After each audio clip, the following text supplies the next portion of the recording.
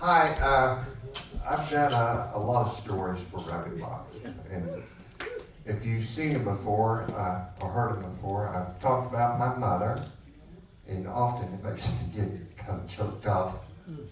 And I've talked about my brother, and I've talked about my wife, and I've talked about my children, and I've talked about my pets, but I have never talked about my father.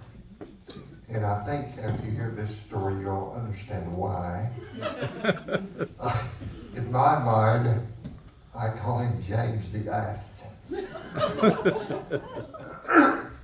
When I was about 1 year old, and my middle brother was about 5, and my eldest brother was about 9, James the A abandoned the whole family. And to give you an idea about what he was up to, is I have a half-brother who I've never met that's almost exactly the same age as I am, if that means anything to you. And I have never seen him in my whole life, maybe about 5 times. And I had only talked to him on the phone about that many times. I corresponded, seldom. And so this is not a person that I cared about, a stranger. But when I got engaged, I thought, he might want to know about this. He might want to come to the wedding. Or he might, send me his congratulations. Instead, he wrote me a letter back. And this is one of the few letters I ever got from him. He said, "Do not get married." And this is not the end of it. On my wife's side, her mother thought I was unsuitable. And I was a graduate student, for God's sakes. I had prospects. I was on my way to becoming a professor. But after some haggling between my wife and her mother, we decided that we would semi-elope. And instead of the wedding that my mother-in-law had planned, we got married in my little country church.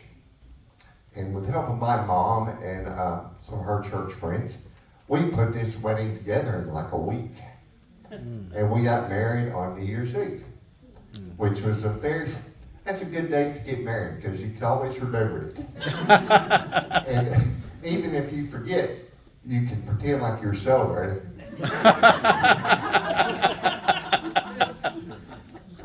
My wife and I have been married for 38 years. Wow. Yeah. And we have 2 children, we have 2 grandchildren. But there are some interesting epilogues that go along with this. The woman who was responsible for my mom's divorce, her name's Dolly, found me on the internet, and she sent me an email. And she said, and I quote, "Your father was a great dad." I didn't know what she expected from me. If she wanted me to be her friend so I wrote her back and I said, "I'm not sure that anybody would say that a man who abandoned 3 kids under 10 years old was a great dad." And the thing that was funny to me, though, was I have another half-brother. I actually have 2, but I grew up with this one. We have the same mom. And he's been in my stories before, but he was irate that Dolly would write me. And I said, "Look," "these aren't people that I know." I said, "I don't really have any emotions about them." And my mother and my mother-in-law never, well, actually, I'll tell you this part. We got married a second time in Catholic church to please my wife's mom. We had been married for about 2 years, and we'd been busy. And so when we walked down the aisle, my wife is pregnant out here.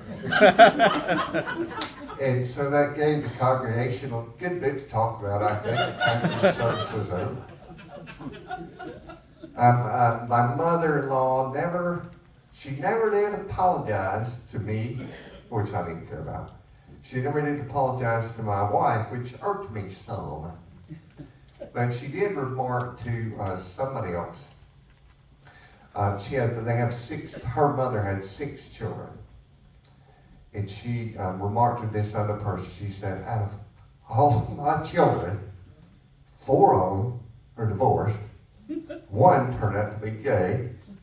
And Aaron and Paul are the only ones that seem to be happily married. And then some more time goes by, and my mother and father-in-law got to be very old, and they needed help. And like I said, they had 6 children.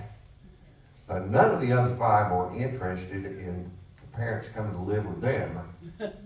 And so my wife, broached it to me. She said, well, can my mom and dad come and live here? And I said, I'm opposed to this. I said, your mother does not like me. And I said, they're not going to like the way we live, because my wife and I are kind of haphazard. And I said, they're not going to like our dogs. But I said, if that's what you want, I said, they can come. And my wife was concerned, and she said, are you going to accept them?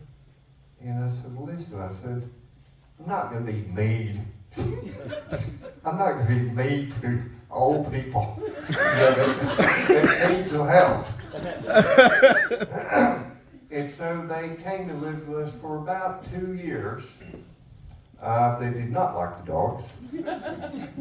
And I don't know if my mother-in-law ever came to love me, but I'm the kind of person, even if you don't like me, I'm funny sometimes.